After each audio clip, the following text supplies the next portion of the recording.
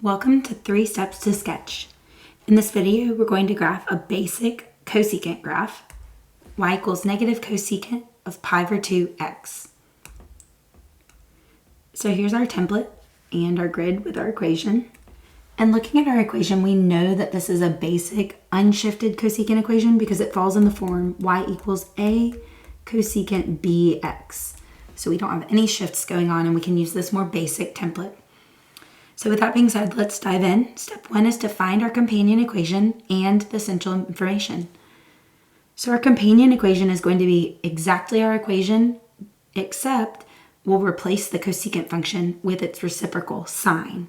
So our companion equation is y equals negative sine of pi over 2x.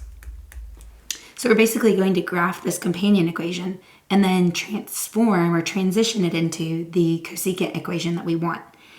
With that being said, if you're not familiar with how to graph sine, I recommend that you go check out the links in the video description. I'll post some there for how to graph sine functions. So definitely go check those out if you need to. All right, so now we're going to analyze this companion equation. Starting with the base graph, we know that a is the coefficient in front of sine, so that's a -1.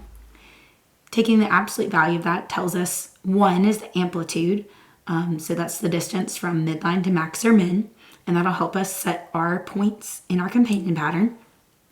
B is the coefficient of x, so in this case that's pi over 2, and that tells us we should have pi over 2 cycles that happen between 0 and 2 pi. So if you want to calculate that, 3.14 divided by 2, that gives you an idea of about how many cycles of the graph should happen in that space between 0 and 2 pi. We can also use B to find the period. Remember, period is simply the length of one horizontal cycle. To calculate that, we use 2 pi divided by B. So we have 2 pi, we're dividing by fraction, so let's actually multiply by the reciprocal. That's 2 over pi. So we see that our period should be 4 when we simplify that. Okay, now that we have that basic information analyzed, we can choose how to label our axes. And the horizontal scale is the most important. You can choose anything for your scale, but if we're intentional about our scale, our graph should align really nicely with our horizontal tick marks. And so the way we do that is take your period, divide by 4. You'll do divide by 4 every single time, and that'll get you a great scale for your horizontal axis. So in this case, it works really nice and easily for us. 4 divided by 4, we'll use 1 for our horizontal scale. And then 1 almost always works well for a vertical scale. So let's take a minute and we'll label our axes counting by 1s. All right, so easy enough here. If you want to pause and take a minute to label, go ahead and do that. I will get this labeled very quickly here. Almost done. Great. All right, so now we have all our information about the companion equation. And before we move on to step 2, I like to go ahead and find the asymptotes equation for the cosecant graph, for our final graph. So we do that by taking the inputs of the cosecant function, so pi over 2x, and we set them equal to 0 plus pi k, where k is an integer. So 0 plus pi k is a representation of the parent asymptotes. So if you look at the graph of y equals cosecant x, those are the asymptotes. So if we do this, we set our inputs equal to our parent asymptotes, then we can solve for x. And that essentially applies all the horizontal transformations to the parent asymptotes, which get them to be the asymptotes for our particular graph. All right, so we need to solve for x. So we should divide our whole equation by pi over 2. Or if you want to think about that as multiplying by 2 over pi, maybe that's even a little easier. So in our template, let's write our finished equation for asymptotes. That'll be x equals 0 plus 2k. And remember, k is an integer. So depending on what integer you substitute in, you'll get a different asymptote for the final graph. So let k be 0. We should get an asymptote on the y-axis at x equals 0. Let k be 1, we should have an asymptote at x equals 2. Let k be -1, we should have another asymptote at x equals -2. And it's just really nice to have this concise asymptote generating equation and we already are predicting where our final graph should have asymptotes. It's a great way to double check yourself when you finish your graph. So now we're ready for step 2. Let's plot our companion pattern. Here's where we're essentially graphing y equals negative sine pi over 2x. Now, before we plot this pattern, do make a note that we're going to do this lightly. I'll use light blue. This isn't our final graph. It's just our helper graph or our companion graph. And we also need to figure out our companion pattern for sine. An important thing to notice is our value for a. Notice we had a negative here. So that tells us we should be using the reflected basic sine pattern.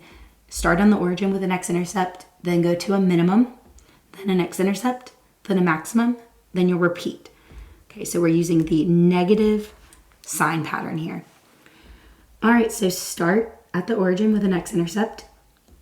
Our minimum should happen at the first horizontal tick mark, and the y-coordinate will come from a, so it'll be at -1. Then we'll have another x-intercept that happens at the next horizontal tick mark, and then continuing on to the next horizontal tick mark, we'll have a maximum. The y-coordinate is simply the opposite value of a. And then you would repeat starting with a new x-intercept for a new cycle. So here is the graph of y equals negative sine pi over 2x. And now that we have this companion pattern, we're ready for the best step. Step 3, where we recip, sketch, and repeat. So recip means just transition the key points of your companion equation into the cosecant pattern equation. So getting started, we'll look at our x-intercepts. Our x-intercepts we know turn into vertical asymptotes. And as you do that, you can compare to what we said from the asymptotes equation. We did predict that we should have vertical asymptotes at both x equals 0 and at x equals 2. So that is making us feel like, okay, great, we have a very nice start to our graph. Okay, next key point. Our minimum from our companion equation will become a local or relative maximum for our cosecant equation. And then the maximum of our companion equation becomes a local or relative minimum. So we can sketch these curves in. Okay, and when we say local max or min, we just mean in the general area, it's the lowest y-coordinate. Okay, we don't mean that it's the absolute lowest, just in the general area. And that's why we use the term either local or relative. Okay, so now let's repeat this pattern for a couple more cycles, as much as we have space for. So we'll have another vertical asymptote here at 4. This would happen if you let k equal 2. And then you have part of another curve that has that local maximum. All right, let's work in the other direction. We have a curve that has a local minimum. We have the asymptote that we get when we let k equal to -1 in our asymptotes equation. We have another curve that has a local max. Another vertical asymptote, that's if k is -2. And then part of the curve that has another local minimum. So it just repeats over and over again. These trig graphs are periodic, cyclic, repetitive. So this is our graph y equals negative cosecant of pi over 2x using 3 steps to sketch. I'll post a lot more examples of worked out cosecant graphs, so be sure to check those out. The more you practice, the more you see, the easier this process gets.